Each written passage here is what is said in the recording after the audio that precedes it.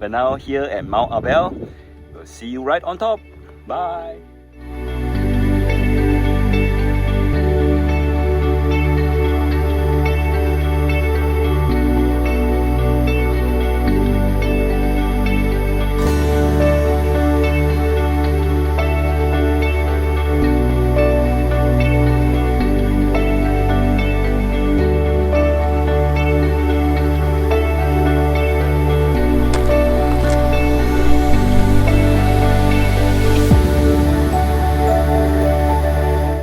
From John chapter 6. After these things, Jesus went over the Sea of Galilee, which is the Sea of Tiberias. Then a great multitude followed him, because they saw his signs which he performed on those who were diseased. And Jesus went up on the mountain, and there he sat with his disciples. Then Jesus lifted up his eyes and see a great multitude coming towards him. He said to Philip, "Where shall we buy bread, that these may eat?" But this he said to test him, for he himself knew what he would do. Philip answered him, 200 denarii worth of bread is not sufficient for them, that every one of them may have a little. One of his disciples, Andrew, said to him, "There's a lad here who has 5 barley loaves and 2 small fish. But what are they among so many?" Jesus said, "Make the people sit down." Now there was much grass in the place. So the men sat down in numbers about 5,000. So this is the patch of land with much grass. Yeah. And Jesus took the loaves, and when he had given thanks, he distributed them to the disciples, and the disciples to those sitting down, and likewise the fish, as much as they wanted. So when they are filled, he said to his disciples, "Gather up the fragments that remain, so that nothing is lost." Therefore they gathered them up and filled 12 baskets with fragments of the 5 barley loaves, which were left over by those who had eaten. Then those men, when they have seen the sign that Jesus did, said, "This is truly the prophet who is to come into the world." So this is the place where Jesus fed the 5,000.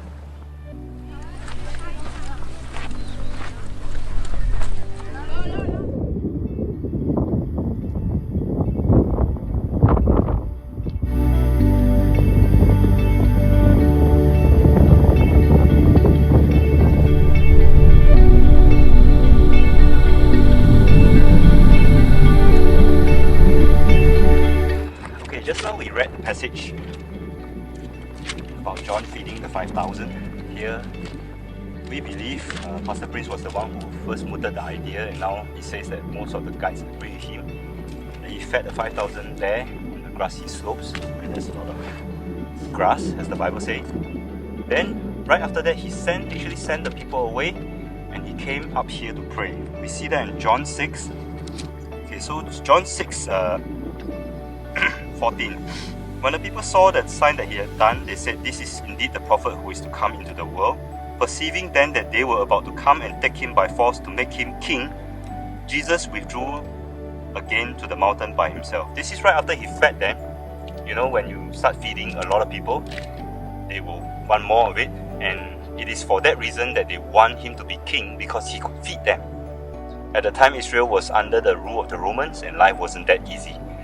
But that's not what Jesus came in his first coming for. So he sent them away, and that's a miracle by itself, him being able to master the 20,000 people and send them away so that he could come up here to pray. So when evening came, his disciples went down to the sea, got into the boat, and started across the sea to Capernaum. It was now dark, and Jesus had not yet come to them. So Jesus is the one, if you read the other gospel, who sent them away. Forcefully, he said, "Okay, now go to the other side. Don't wait for me." Then he came up here to pray. Then in John 6, 18, it says, "The sea became rough because the strong wind was blowing. When they were rowed about 3 or 4 miles, they saw Jesus walking on the sea and coming near the boat, and they were frightened. But he said to them, 'It is I, do not be afraid.' Then they were glad to take him into the boat, and immediately the boat was at the land to which they were going." So Jesus was up here praying. If you read it from the other gospel, you will know that Jesus sent them there, and Jesus knew he's God, right? He knew that the sea would be rough. He knew that it would be tough going. But do you know what time Jesus went down to them? At the fourth watch, when they have already toiled for many hours and they got nowhere. That's where Jesus went to them. But this is not to say that, so many times when we face trials in our life, we always ask, hey God, where are you? Or you start to think that, we are there because of our mistakes.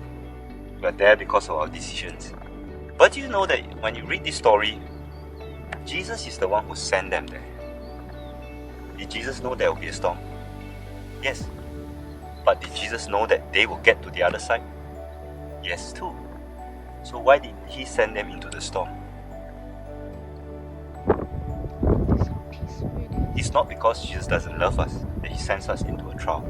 He sent us into a trial to make us see him walking on the water. Because he wants us to walk on the water. He wants us to be able to rise above the circumstances, above the storms of life. But if we've never seen a storm, how do we then rise above that storm? How do we then learn how to trust him when the things are not going right? It is written somewhere else in John that Jesus says, in this life you will have trials and tribulation. But take heart, Jesus said, I have overcome the world. So when Jesus was praying up here, he was actually praying, I believe he was praying for them. Praying that their faith will not fail. Praying that they will continue to roll and continue to trust him and continue to call out to him.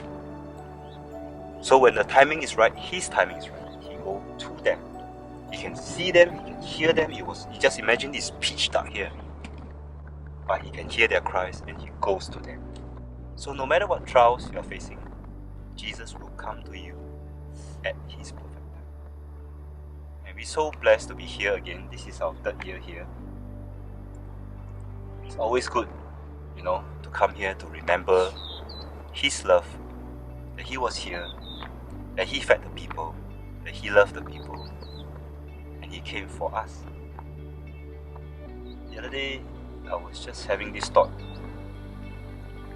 that he created the Sea of Galilee the way he created it, the shape that he created it, because he knew he would be coming. Can you imagine that he imagined this cliff? He knew he would be sitting here. He knew that he would send his disciples to the other side. Exactly. Right? Isn't it amazing? He made everything so that he can show his grace. He can pour out his love. Everything is set for him, the Bible says. So, here we are at Mount Arbel, remembering our Lord Jesus. Feeling love all over again. This is awesome.